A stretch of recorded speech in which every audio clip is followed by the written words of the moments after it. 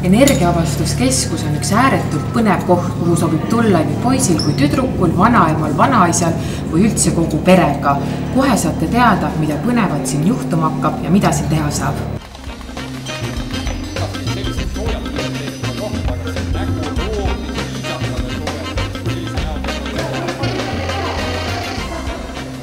Minu postkasti tuli üks hästi põnev kutse. Sel laupäeval toimub siin Energiavastuskeskuses üks sündmus.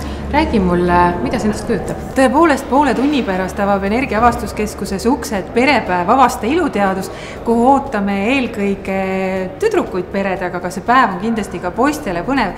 Seda päeva me korraldame koos Buduaar Tiini ajakirjaga ja selle päeva jooksul saavad lapsed teada väga palju valgusest ja fotokunstist ja meigist ja sellest näiteks, kuidas ultraviolettvalguses paistavad meigitooted ja veel palju muud.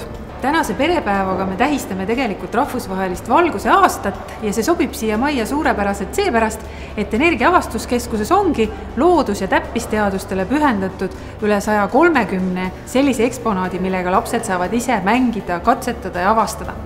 Lisaks on meil palju siin sellist, millega pered saavad mõnusat ja lõbusat ühistegevust teha. On lisaks eksponaatidele teadusteatri etendused, on kõikvõimalikud töötoad ja ka planetaarium, kus näiteks kõige väiksematele meil laupäeva ja pühapäeva hommikuti on spetsiaalsed tähejänkuprogrammid.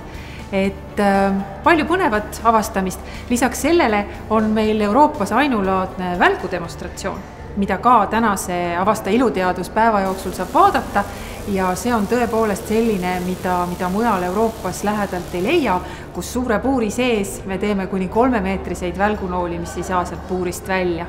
Ja lisaks sellele on meil veel ka staatika demonstratsioonid.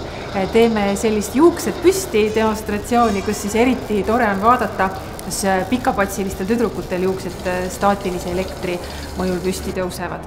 Meil on majas ka alati avatud üks hooajaline näitus ja hetkel on see kosmoseteemaline kosmosekõla, kus siis on mitu toredat eksponaati sellest, milliseid helisid võib kosmosest leida.